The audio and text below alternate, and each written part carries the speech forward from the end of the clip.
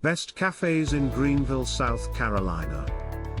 Nestled in the foothills of the Blue Ridge Mountains, Greenville, South Carolina, is a fresh small to mid-sized city with some real tourist draw. Whether you're coming to visit our extraordinary downtown, visiting for business, or considering making Greenville your new home, one thing is certain, you need great coffee. And good news for you, great coffee is in abundant supply in our small city. We boast at least 6 local roasters, and those are just the ones I know off the top of my head. There's more great local coffee in this city than I can fit in this guide, so without further comment, here are my top 5 picks for the best coffee shops in Greenville, South Carolina. Due South Coffee Roasters. Due South Coffee Roasters came into being in 2013 in the historic Taylor's Mill. The mill is a large defunct mill in a neighboring textile town, and both the town and the mill have seen a rebirth this decade. Finding unexpected levels of success, Due South relocated operations to Hampton Station, yes, another reclaimed building, this time an abandoned cotton warehouse just outside downtown. With the move to Hampton Station, Due South moved much closer to the action downtown and reduced the distance between it and most of its local corporate and restaurant clients. In its new location, the cafe offers local pastries and ice cream in addition to serious and seriously innovative coffee drinks. Due South Coffee Roasters was one of the first, if not the first, third-wave coffee purveyors in the city. Think single origin coffees presented with tasting notes in the same world as wines. It was also, to my knowledge, the first third-wave roaster to open up shop. These people are serious about their craft. At Due South, you'll have your choice of several single origin offerings, with tasting notes, brewed by the cup using the pour-over method. Seasonal beverages aren't sugar-coated sweetness bombs. Instead, you'll find lightly sweetened and highly adventurous works of art, sometimes featuring spices and botanicals. Cold brew, nitro, tea, proper espresso beverages, affogato, espresso with ice cream, and even kombucha are on offer. As a local roaster, Due South has plenty of freshly roasted coffee beans for purchase as well. Methodical. Pictured, Methodical's downtown store at the base of the Bank of America Tower. Methodical Coffee is another local success story.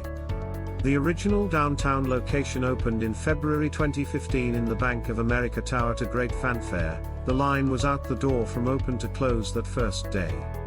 The buzz may have been in part due to coffee master Will Shirts, who for several years prior had been making waves as the nomadic barista, making high-end custom roasted coffee on the go and at corporate events. In just 5 short years, Methodical has expanded to 3 locations, one inside the landmark project on Wade Hampton, next to Community Tap, and another inside the Commons, another, you can probably guess, reclaimed abandoned warehouse building. The Commons is also just outside downtown, this time just across from the Swamp Rabbit Trail. Whichever location you visit, the experience is the same, unflinchingly high standards of coffee taken very seriously. Methodical is another third-wave joint. It, along with Due South, can be a little bit intimidating if your usual fare is Starbucks or Dunkin'. The shop certainly skews a little young and a lot trendy. But if you're willing to be a little bit daring, you just might discover a new world of coffee you never knew existed. The menu here is simple. The focus is definitely on the quality and origin of the beans and the brewing methods employed, including siphon. Expect your pour-over, siphon or espresso beverage to be strong. If you're looking for something a little sweeter, the tres leches latte and the Mocha are both lovely. Coffee underground.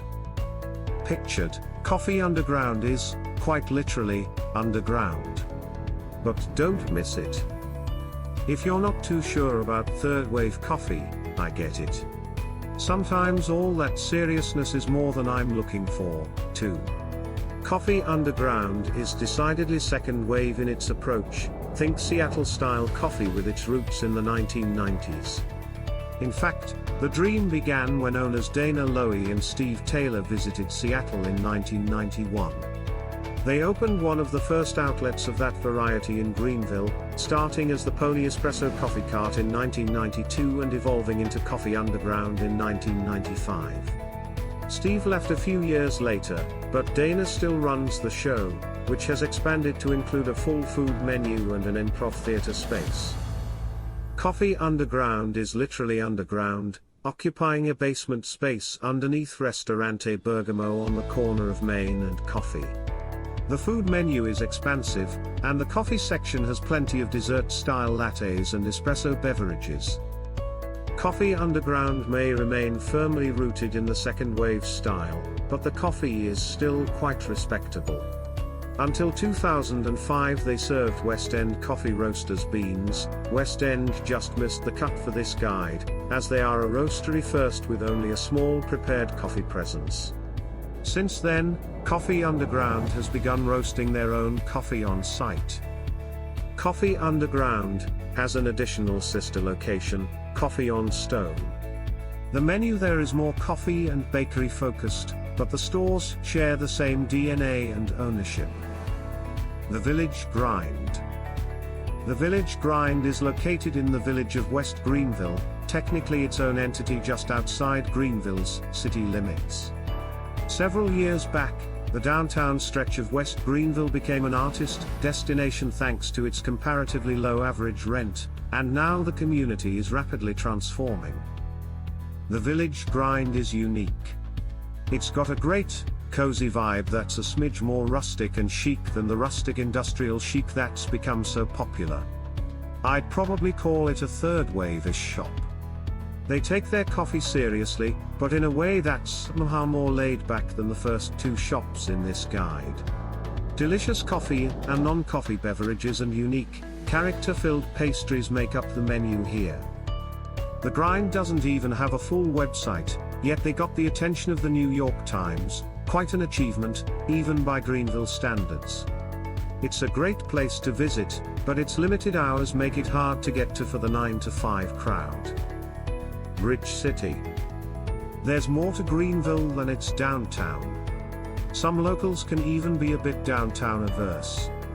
Thankfully, several new coffee shops have opened outside the downtown core in recent years. My favorite of these is Bridge City Coffee.